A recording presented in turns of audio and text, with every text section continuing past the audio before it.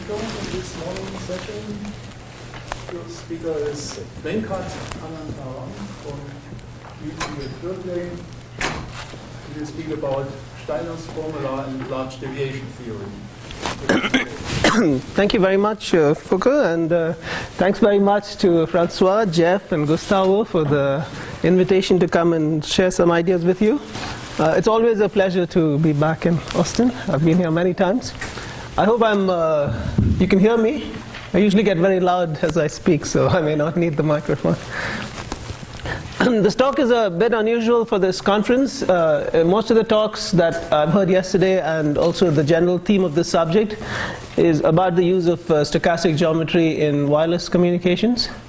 This talk is about the use of wireless communications in stochastic geometry, actually. So it's a bit unusual.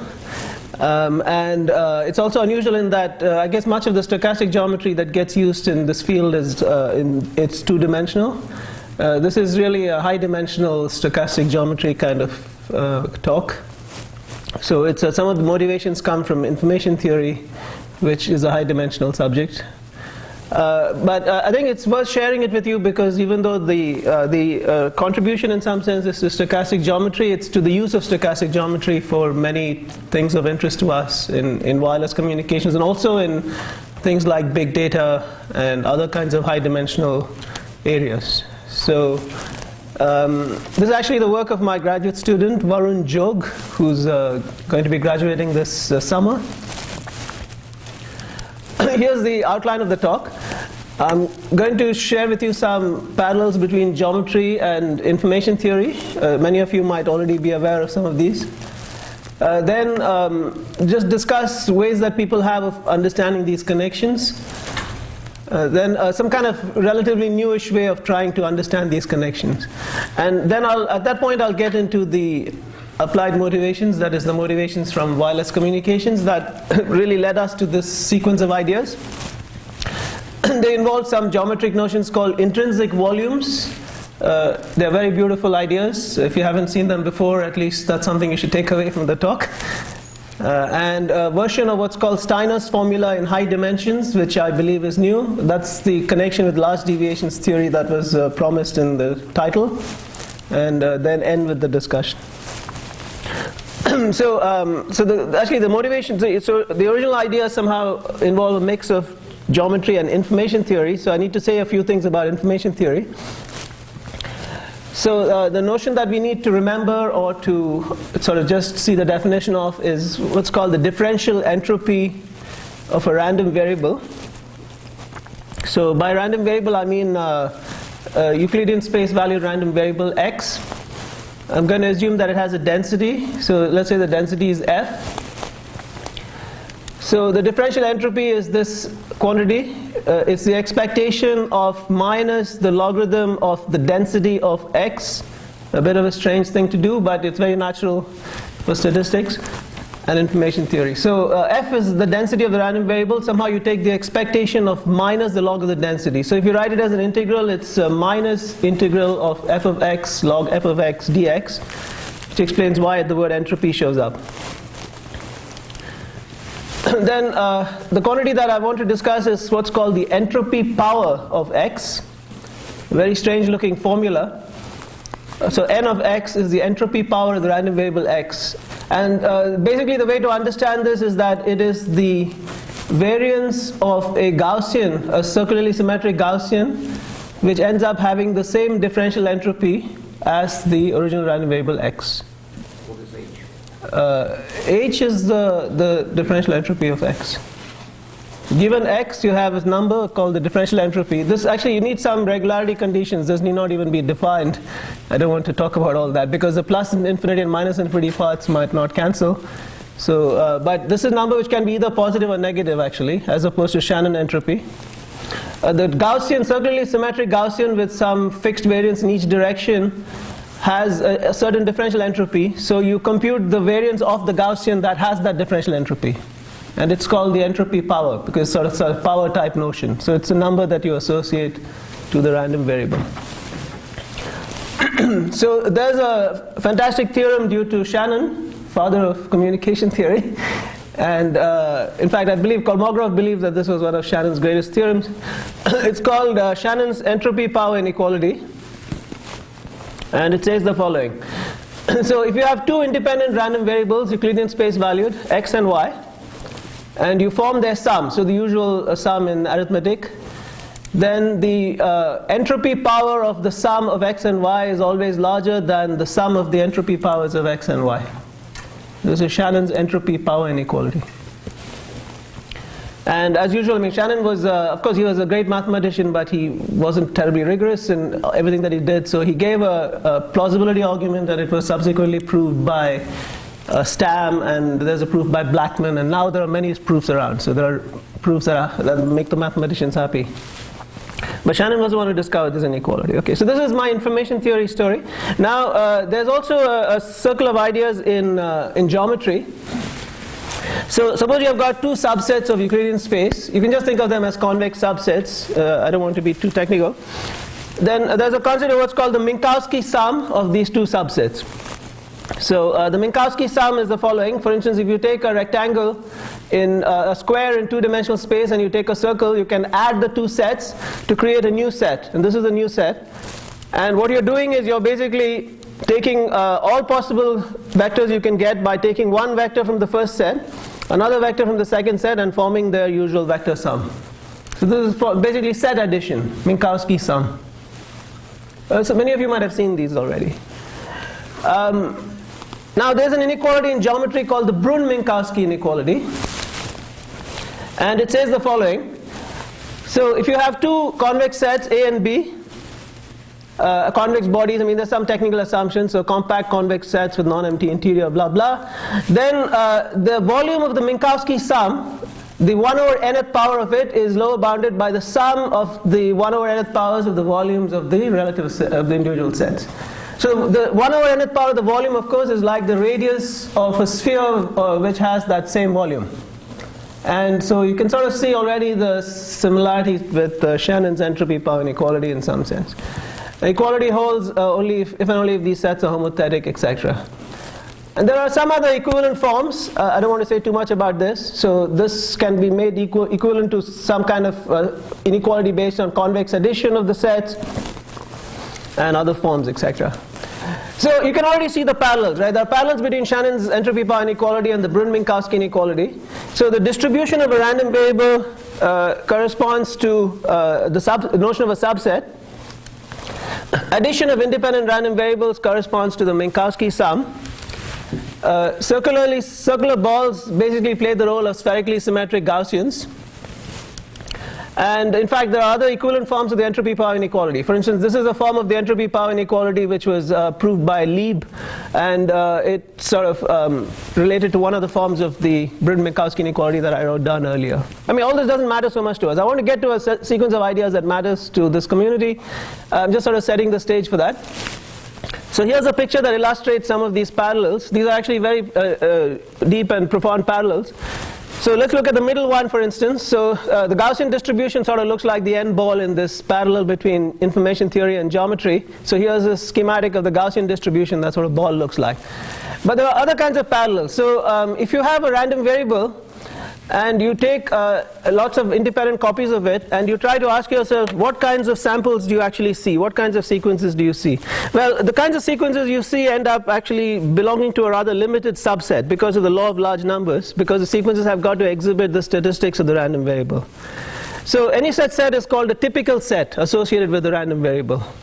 So that is, you take a random variable, you take a large number of copies of it, and in this very high dimensional space you look at the set of sequences that you can get. So if you have a scalar random variable in n-dimensional space, you'll get a certain subset in n-dimensional space, so that's a typical set.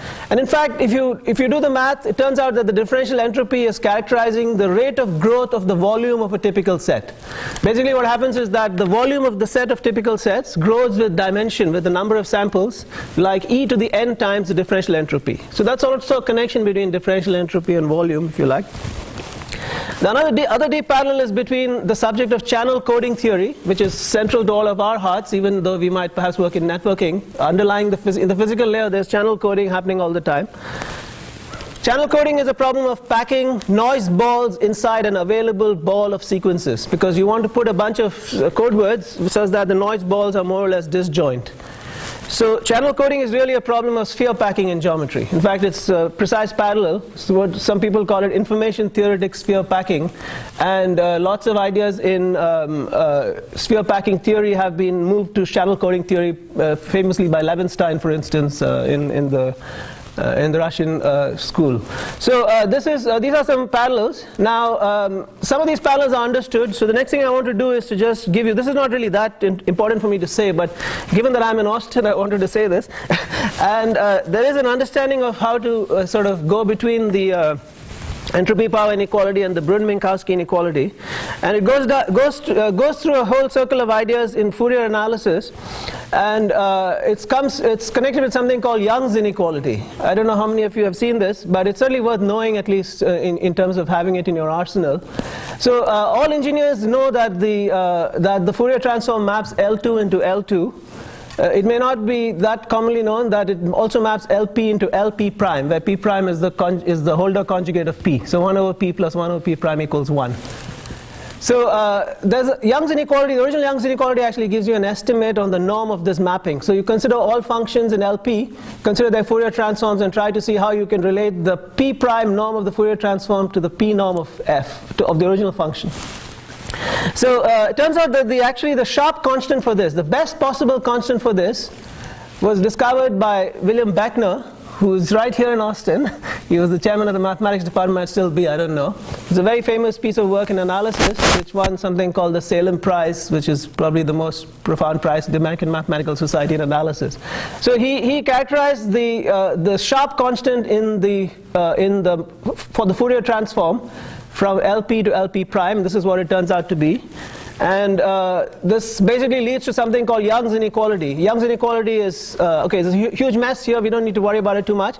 But it turns out that if you have two functions, f and g, you can estimate the rth norm of the convolution of f and g in terms of the pth norm and the qth norm of f and g, where p, q, and r are related through these constants. And in fact, it works this way if p, q, and r are bigger than 1. It works the other way if p, q, and r are less than or equal to 1. I'm assuming that they are positive. In fact, you can define LP norms also for p negative and p equal to 0 and so on. But let's not worry about all that.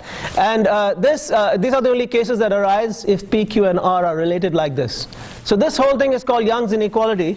And what's interesting is that you can actually derive both the Brun-Minkowski inequality and the entropy power inequality as limiting cases of this inequality. I just wanted to say this because I'm in Austin, and William Beckner is from Austin.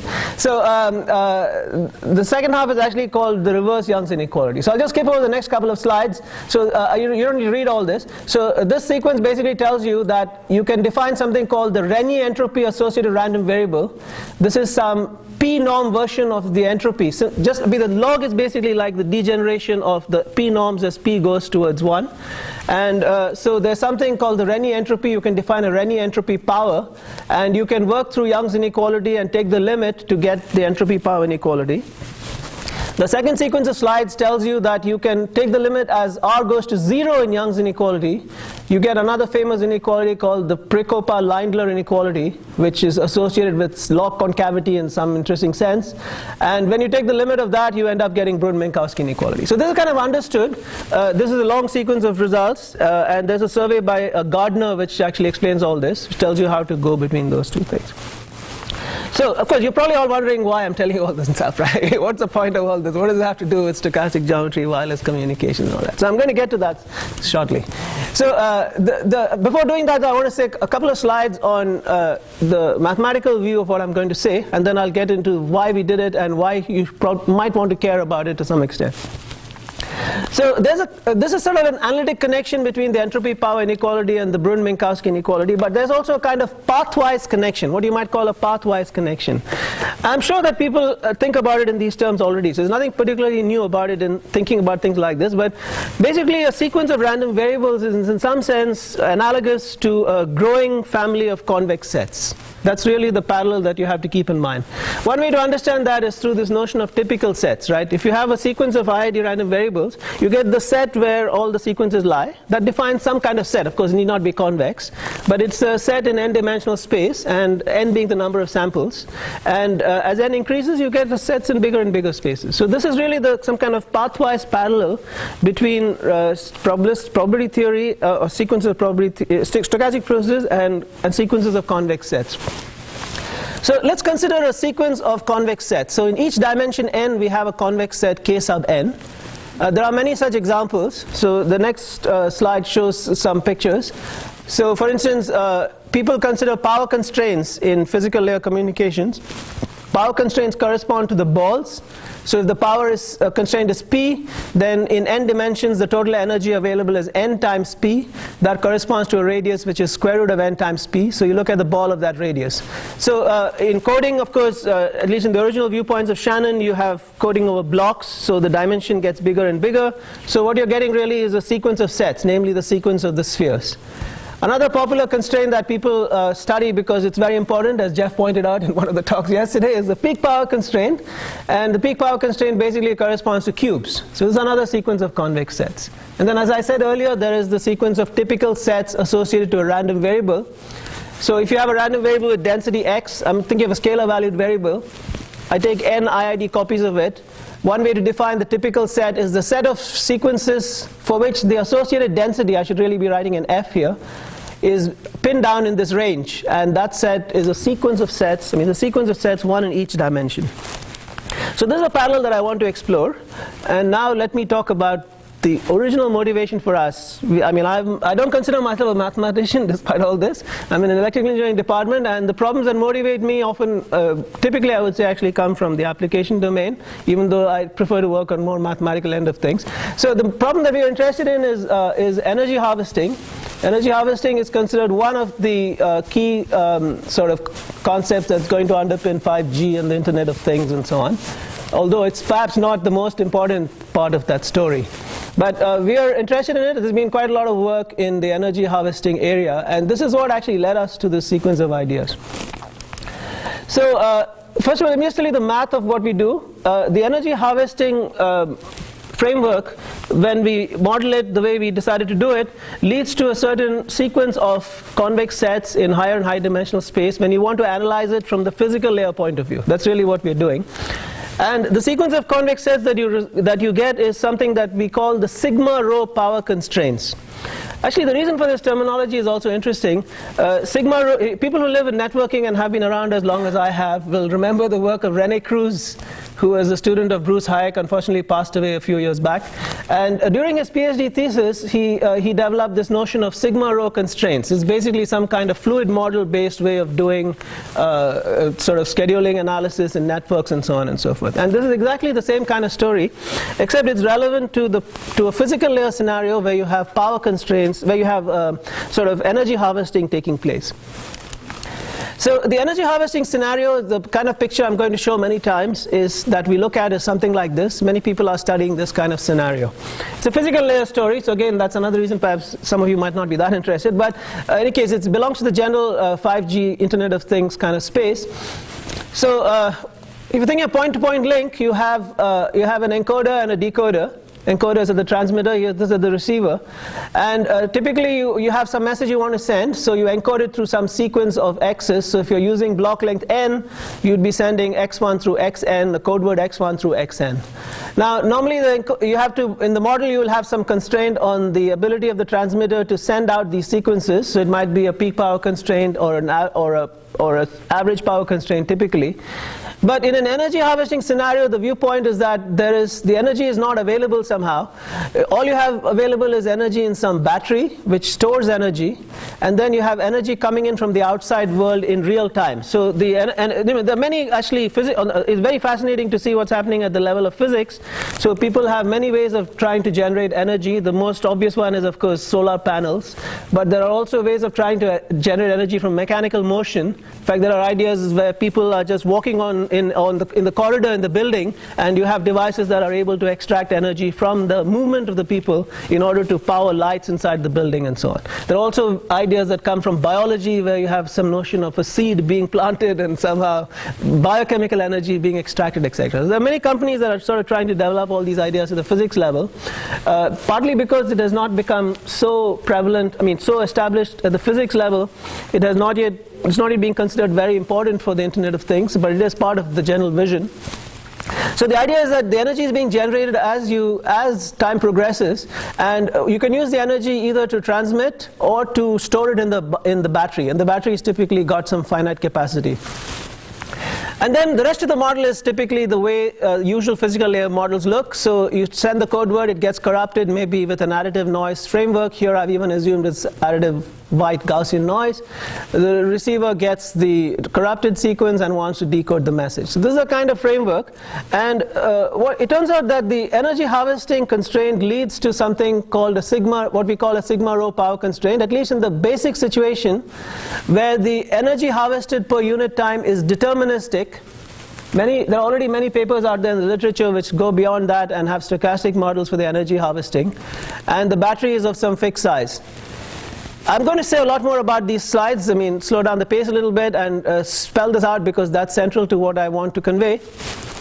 But already you can sort of see what the constraints are going to look like. Essentially what ends up happening is that if you're sending a sequence x1 through xn, then over any stretch of time from k to l, the total energy that you can use, namely the sum of the squares of xi, right? So I is going from k plus 1 to l, k is less than l.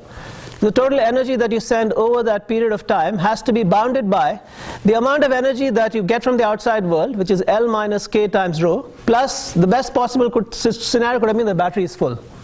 So this is just a bunch of sort of linear constraints, one for each stretch of time, and defines a kind of polytope in n-dimensional space. So the viewpoint I want to have is that for each n you have such a polytope, and you have the sequence of polytopes. And we want to study the coding problem for this sequence of polytopes. So you can kind of see the connection with the earlier sort of weird looking stuff. So here are some pictures that illustrate what people want to do with energy harvesting. So you can have solar, thermal, electromagnetic energy. In fact, there's also people studying wireless power transfer. You can actually send energy through the wireless, and there are companies that are trying to, in fact, popularize that. N-Ocean, there are some alliances, and so on, the Zigbee Alliance, etc. So this is basically the kind of vision. So you can use energy harvesting for setting up networks, ad hoc networks, or hierarchical networks of various sorts. And the energy harvesting model I already described. So of course you typically also want to have a notion of unpredictability for the energy. What we've studied here is just deterministic energy harvesting per unit time, presence of a battery, etc. So the first question, if you're an information theorist, is okay, here is this new channel model. What is my ability to send information through this channel, right? So of course everybody knows that this is just a starting point, right? Because unless you do things in some finite block and you design codes and all that, nothing is actually going to happen in the real world. But the first question you want to ask is, what is the Shannon capacity of such a channel? At least to get some idea of what is possible before you start trying to figure out what you actually can do in practice. So that's the question we decided to ask ourselves. What is the channel capacity of a Sigma-rho energy constrained additive white Gaussian noise channel? What does capacity mean? Basically what ends up happening is that if you have a block of length n, intuitively the volume grows like an exponentially in n. We already discussed that many times. You can just see that from the cube or the sphere or whatever. The problem of communication is to fit a bunch of noise balls. Each noise ball has got a volume which is also a power of n, but it's a smaller radius. So you take the ratio of these two things, you'll get something growing with n. So the logarithm of that is what people call the capacity. Largest number of sort of code words you can fit in n dimensions. And the question is, what is that, right? So Shannon solved this for the case of spherical power constraints, and it has been solved for other constraints also over the course of the years in information theory. So this is a question we ask. So for instance, for the peak power constraint, there's a famous paper going back, I forget where actually, 50s or 60s, by Smith, which finds the capacity for the peak power constraint. The peak power constraint is basically like an energy harvesting system, except that there is no battery. Because in a peak power constraint, you have a fixed amount of energy that you can use at each time. So it's exactly in our Sigma-rho model with sigma equal to 0. And for that, it has already been worked out by Smith. And it turns out that this is a famous result in information theory. Here it turns out that the Shannon capacity, that is the largest rate at which you can communicate in a peak power constraint channel, additive wide Gaussian noise channel, is given by the formula that you would expect. Once you've seen enough information theory, all formulas look the same. So it's a mutual information between some random variable x and another random variable y, where x actually is just a real valued random variable whose density is supported between minus square root of rho and plus square root of rho, and y is the sum of x and a single sample of a Gaussian with variance n. All these are scalar variables. This expression is what's called the mutual information. It is the differential entropy of y minus what is called the conditional differential entropy of y given x, which in this case anyway is the differential entropy of a Gaussian. So this is just a difference between differential entropies. You try to maximize that quantity over all possible input densities which are supported on the range defined by the constraint. And it's known, for instance, that the optimizing distribution is discrete, which is kind of interesting. And the way the whole sort of social philosophy or psychology works, once you prove a result like this, it tells people how to build codes, and the codes are discrete and so on, and then you can implement these codes, etc. So this is an old result. This is a sigma-rho kind of result, but with sigma equal to 0. The traditional, another extreme you might consider is when sigma equal to infinity. So you have an infinite amount of battery. So there, of course, you have to be careful, because if you have an infinite battery which starts out being full, then there's nothing to do, right? You have all the energy in the world. So you imagine that the battery starts out empty. And here there's a result due to Omur Ozel, who is currently doing a postdoc with me. Senur Ulukush, who was his advisor, she's at the University of Maryland. Here they show that the capacity, in fact, is exactly the Shannon capacity. Shannon capacity for power constraints, that is spherical power constraints, is this formula where P is the available. So spherical power constraint means that the sum of squares of the code words of xi squared over sum of xi squared over the block length is bounded by n times some p, because you only have a constraint of the energy you send over the entire block. And that turns out to be the same as what you would get in the infinite battery case with the battery started empty. Here p should be what I called rho earlier. And the intuition behind that is very straightforward. It's kind of superficial, actually. So you spend a small part of the block to build up enough energy, and after that you're just communicating it over the block. There's not much to this result from a technical point of view, but it's interesting to see that the cube is at one end and the sphere is at the other. And that's really the picture that I want to convey. And what we are doing with the sigma-rho constraints is a bunch of polytopic constraints that are sitting in between the cube and the sphere. That's really the picture. Question? Just going back to the last one, so you showed that the optimal input distribution for this bounded power is discrete. Yeah. Does that mean it's also uniform, since that maximizes entropy? No, discrete. There's only a finite set of points at which you have to communicate, so it can't be uniform. For instance, in the low signal noise ratio, it basically sits at the extremes of the, it's like a bang-bang kind of thing, but as you get further out, you get more points on the inside, etc. There's several papers that I've studied, there's some kind of fixed point equation you have to write down, and the solutions for some integral equations, solutions for that turn out to be discrete, and there's several papers that have tried to analyze in detail the structure of that discrete distribution and so on. It's an old result and quite interesting to a lot of people, as I can see, right? Yeah, because peak power constraint is certainly something that you want to impose in addition to average power constraints. Okay, so what about sigma-rho power constraints? So let me just sort of spell this out a little bit more. So actually, I don't need to do that. I think it's kind of obvious, right? So the total energy over a block is bounded like this. So here's a picture that illustrates what we are saying. So somehow the total amount of energy as it grows has to be bounded by this line. And there's also a battery-centered view. So I think I want to say this because people who have worked in the René Cruz kind of style of, and also C.S. Chang is someone I should mention, and Francois has worked a lot on this too in the old days for this sigma-rho kind of constraints, will recognize that one of the beauties of this class of constraints is that it allows you to actually think in Markov decision theory terms, because the state of the battery actually works as a complete summary of everything that has happened in the past. So you have this kind of state in the dynamical system sense which progresses in time, and this equation actually tells you how to think about that, because the total amount of energy you have in the battery at time k plus 1 is the minimum of the battery capacity and this quantity. So the previous time you had this much energy in the battery, this much energy came in, this is what you used up, So the minimum of these, if this stuff was bigger than sigma, you couldn't store it. You can only store sigma. Otherwise, you'd be storing this stuff, right? So the sigma k is acting like a kind of state. So you can actually do dynamic programming and all the fancy stuff that you like to do with, with traditional stochastic models in this discrete context. This is why it's so interesting. So I think it's important to say this. So both views are equivalent. Basically, the amount of energy left in the battery is going to be, let's say you start with the battery full. So it's a minimum of sigma, then sigma plus rho minus xk squared, blah, blah, blah. And anybody who's done even the smallest amount of queuing theory recognizes Lindley equations and all this sort of stuff floating around here. So it really fits into a stream of thinking that we are all familiar with. And you could do lots of things with this. It's surprising that people have not, because there are lots of beautiful results out there which study, for instance, structural properties of optimal strategies and various kinds of scheduling problems, threshold rules and all these switching rules and so on and so forth. And all that could in principle be worked out for these kinds of problems, and people are too busy doing more interesting things, perhaps, I don't know.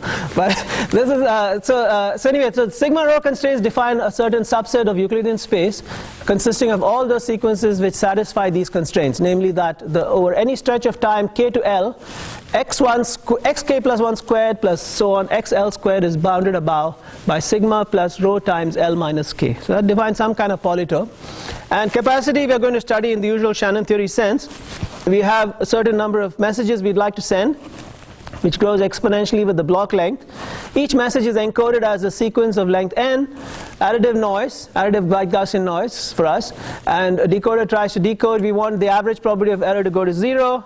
Capacity is the supremum of the achievable rates, and we can prove this. It's not hard to prove, but you need to prove a result like this to start with, which is some kind of information stability for this channel.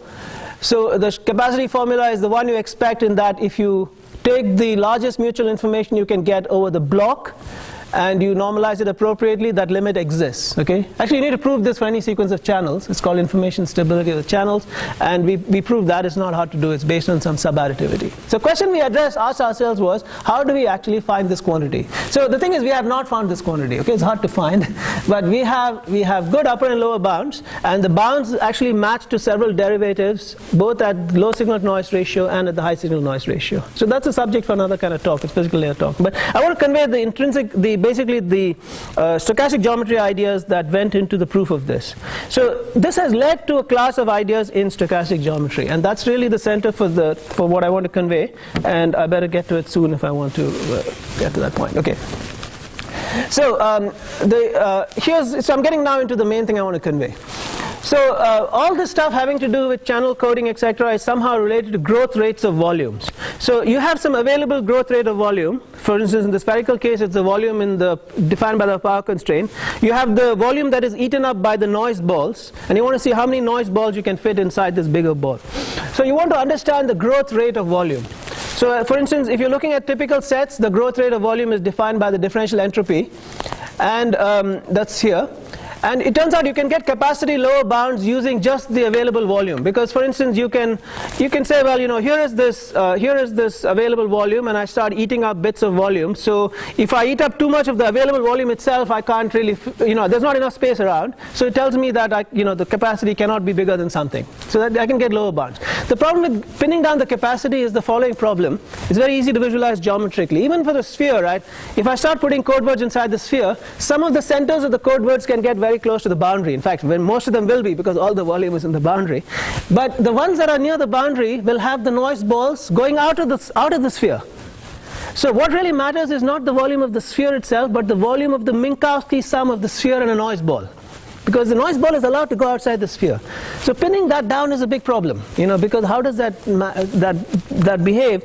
And somehow what we discovered, because we were dealing with these strange constraints, the sphere and the cube are actually very well understood sets, so it's not necessary to think in some kind of deeper geometric terms, is that somehow the question is, we ask ourselves, is volume the only thing that matters? It turns out that if you think a little bit, it turns out it's not. So let's maybe, let me just cut to the chase, and okay, let's look at the additive white Gaussian noise case.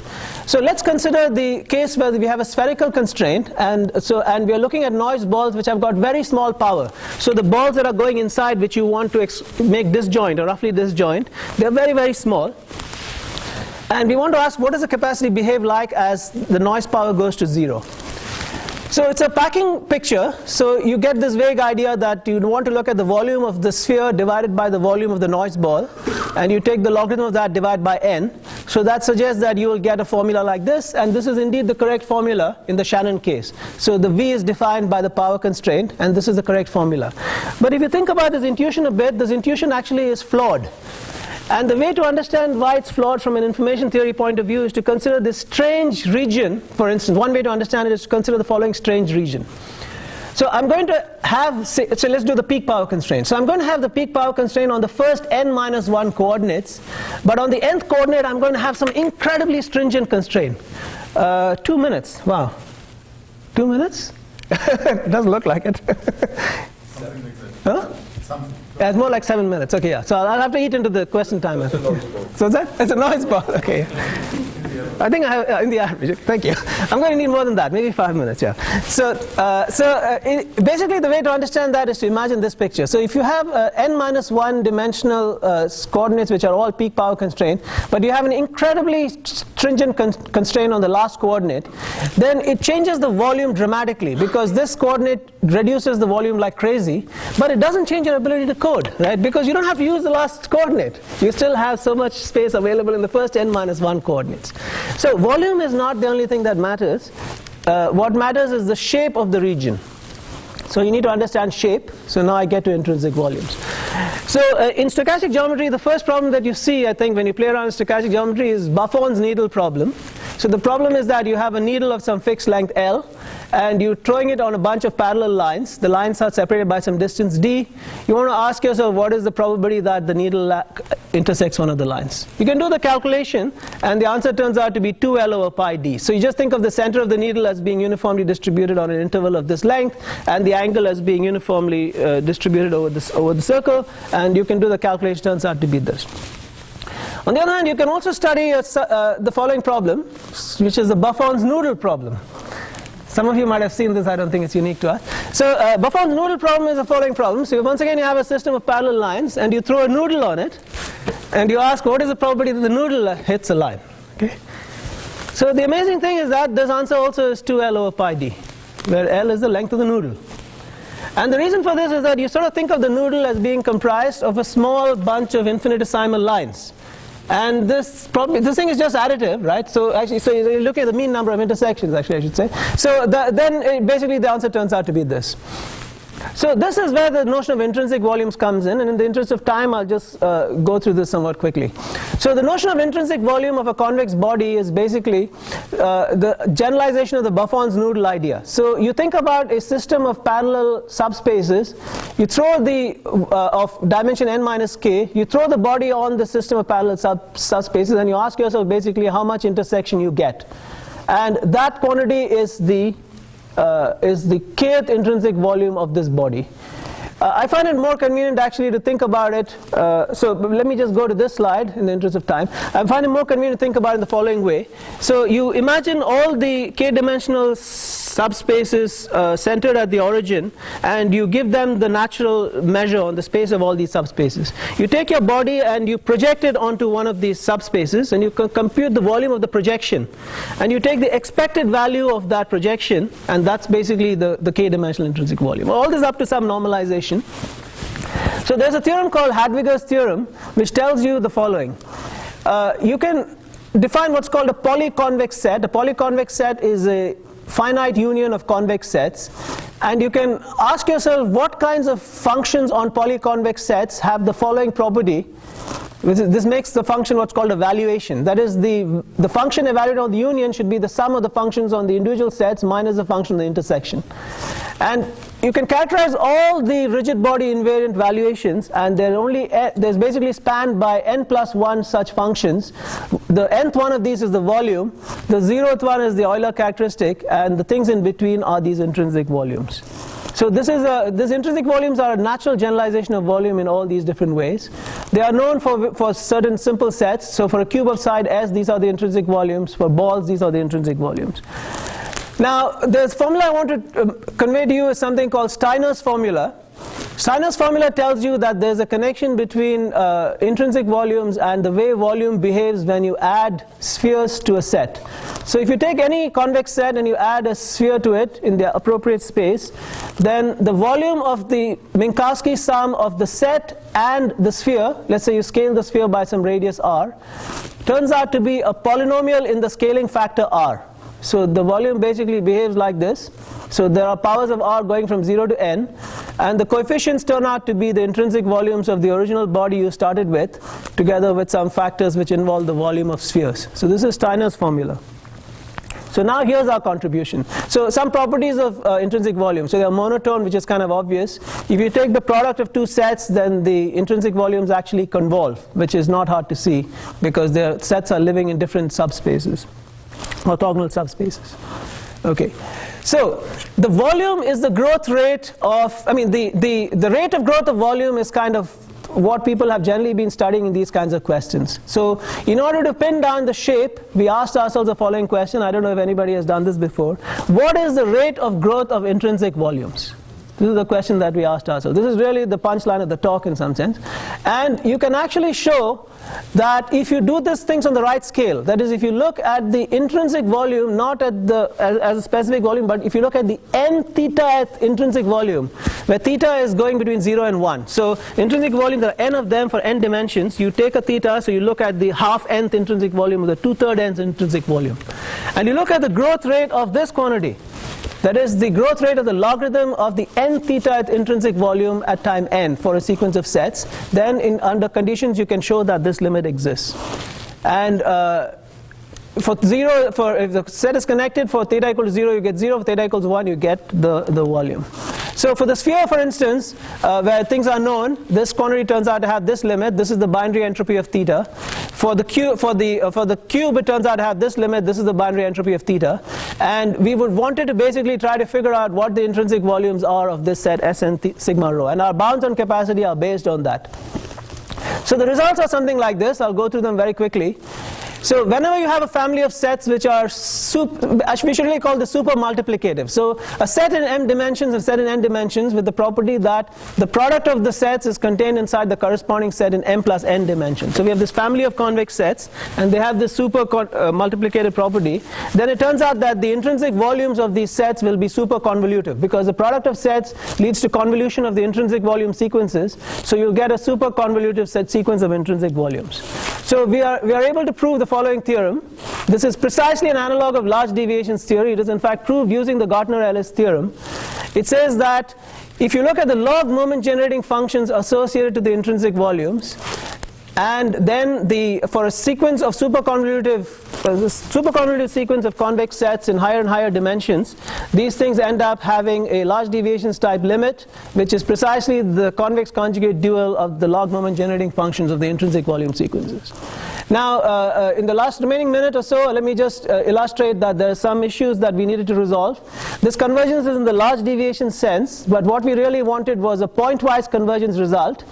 And in principle, that might not hold because if you have a large deviations convergence. So there are lots of things known about intrinsic volumes. There's one result called the Alexandrov-Fenchel inequality, which tells you that the logarithm of the intrinsic volume for any convex set is actually a log concave sequence. And it turns out that if you have the super convolutiveness plus the log concavity, then you can convert the large deviations convergence result into a pointwise convergence result. So this is one difficulty that we were able to resolve using the Alexandrov-Fenchel inequality. Second difficulty that you run into is that even though you have the limit might in principle exhibit jumps at 0 and 1. So you have you want continuity from 0 to 1 in order to basically pin down this generalization of volume and differential entropy, and we have to figure out how to deal with these jumps. So the jumps can be a problem because somehow you're really dealing with the convolution of the volume of the ball, and to deal with that, what you do is, let me just cut to the chase here. So to deal with that, in this case anyway, in the case of these Sigma-rho constraints, you not only have superconvolutiveness, approximate superconvolutiveness, you also have a kind of subconvolutiveness, because the constraint on m plus n is contained inside the product of the constraint in m and the constraint in n, because this one corresponds to the battery becoming full. The superconvolutivity you get through some approximate scheme, actually only approximately superconvolutive. So that deals with this sequence. And there's a whole different stream of just dealing with typical sets. Let me just end with the result there. So when you're dealing with just a sequence of, just a random variable of some density, in the case of log concave densities, these typicality sets end up being convex sets. And we are able to carry this program through for that. There are several details which I won't discuss, but the upshot of it is the following. So this is the last slide I'll leave you with. So when you have a log concave density, we are able to carry through this entire program, show the existence of the limit, show that there are no jumps, and we get a function which generalizes the differential entropy. So there is a function associated with any random variable which is log concave at the moment for us, which interpolates between 0 and the differential entropy, and is parameterized by theta between 0 and 1. And this is basically the growth rate of the theta nth intrinsic volume of the typical set of the random variable. So it's a sort of a contribution to information theory in that sense. So all this is stochastic geometry like, and motivated by the wireless scenario. So I thought I'd just give a new twist to what the theme of the conference was about. And that's pretty much all I have to say. These are the two papers where things are going to appear. Thank you.